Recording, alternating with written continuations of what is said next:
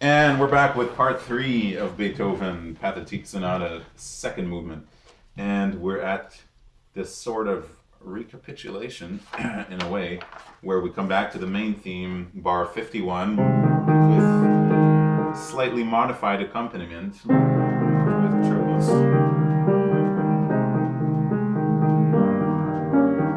So there's a way of doing this. Use the last of the 3 triplets as a pickup to the first. So you have ba-dum, bum-pee-dum, bum-ba-dum, bum-pee-dum, bum. You can practice this way, maybe even with the right hand.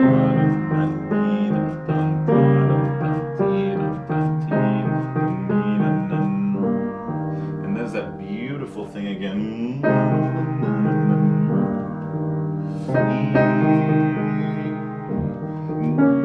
Again, group the 6 notes together.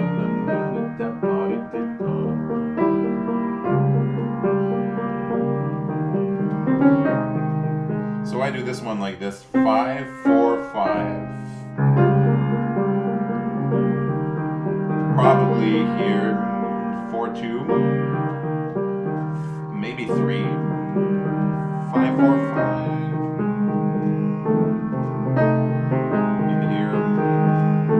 Jump and do it like that.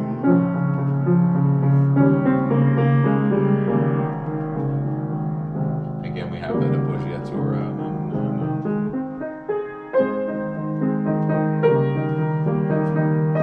So this really helps, like before, if you do these 4 words like this, which means I do them each beat, each half beat as well. Forward. So that means after going forward, you have to come back. So forward, back. So watch this, like this. This is going.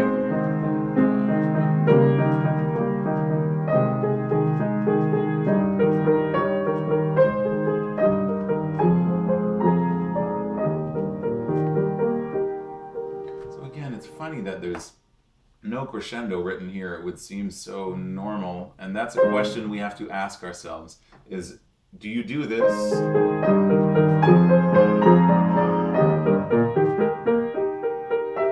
or not? And you have to try it both ways in order to see that.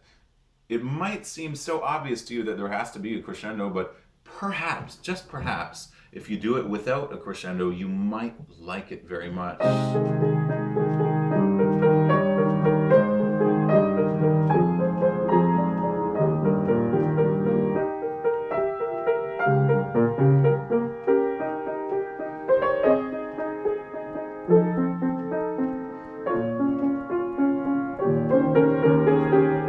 So the challenge is to do the dynamics that he wrote and to not do the dynamics he didn't write while still shaping everything. It doesn't mean that there's always microdynamics everywhere, but you have to shape them all the time. So there's still a shape to whether you do or there has to be a shape, but it has to stay within the general dynamic that's been there, which is piano. So it should never become loud, and you have to work in such a way that you don't do something like this, because then you just ruin the atmosphere. And you can do this by maybe shaping the top. Well, this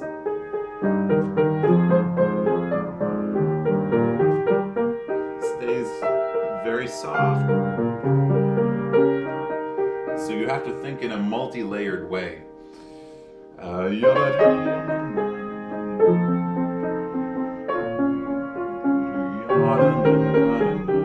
Again, we need this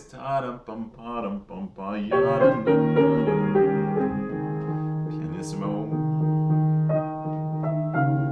Now he writes a crescendo.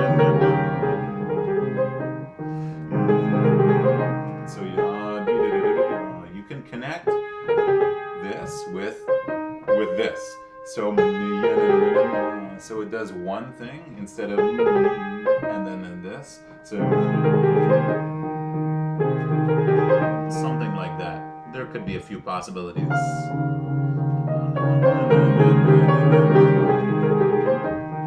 And so again, that little something that would have to be circled is off. So you have a silence in the right hand here. And then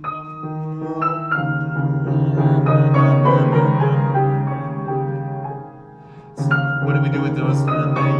What are those staccatos? You have to show the difference between the four notes that you have staccatos on with the line and the ones that don't, which are super legato.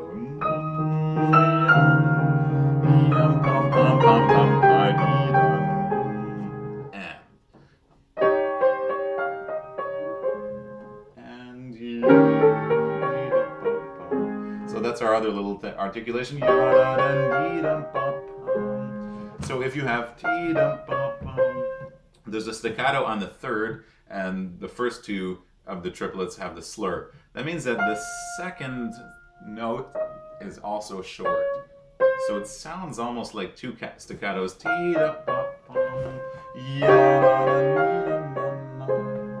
And you have to find a way of doing this. I have RF in this very cheap but not horrible edition, so maybe it's F, SF, or RF. You have to check, but there's also, that would be a rinforzando or something like that, which means that it's a kind of sudden thing. It happens suddenly. Unlike the sforzando, which is, yeah, it's sudden, but this one is more of a, it's not necessarily loud. Just because it's F doesn't mean it's forte. It's a, take us by surprise.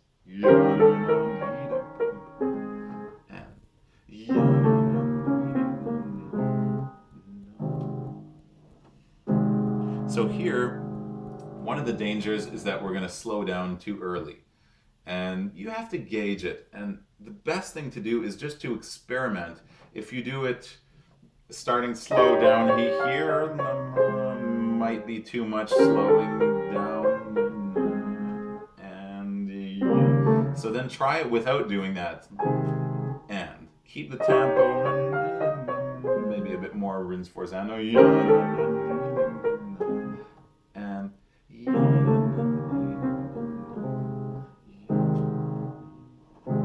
And then you can show this in the end. So you have, you can kind of stick out the E flat in the second chord, and then maybe the C in the last chord because it's the third. And we like having the third. If you don't have the third, you get this. Without the third, with a fifth, the third is the most important note. We can tell if it's major or minor. So that's it, folks. That's the second movement. A very beautiful Pathetique Sonata. So thanks for watching, and thanks for doing this. And send me your suggestions. I love having your suggestions. And see you next time.